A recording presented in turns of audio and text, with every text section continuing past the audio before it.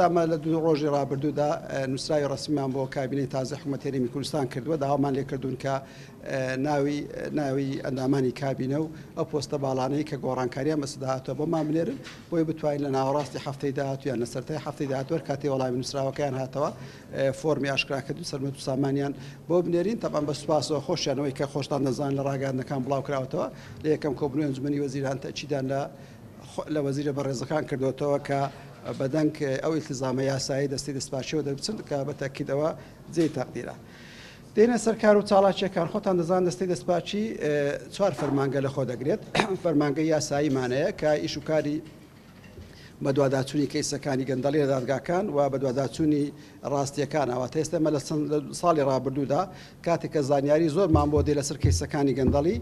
ئەو زانیاریانە هەندێک جار ڕێڕەوانەی فەرمانگەی یاسایی دەکەین بۆ ئەوەی دڵنیابین لەوەی ئایا ئەو زانیارە ڕاستە خۆتان دەزانن شەرنی ئەو زانیارەی بە تەواو دێتە دەستی دەستپاچی ڕاست بێ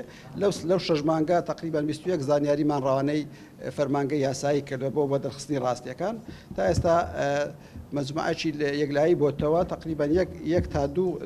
یەک حالەتیش بە تەواوەتی دڵنیا بووین کە زانیاریەکان ڕاستەوە چۆتە فەرمانگەی لێکۆڵینەوەکان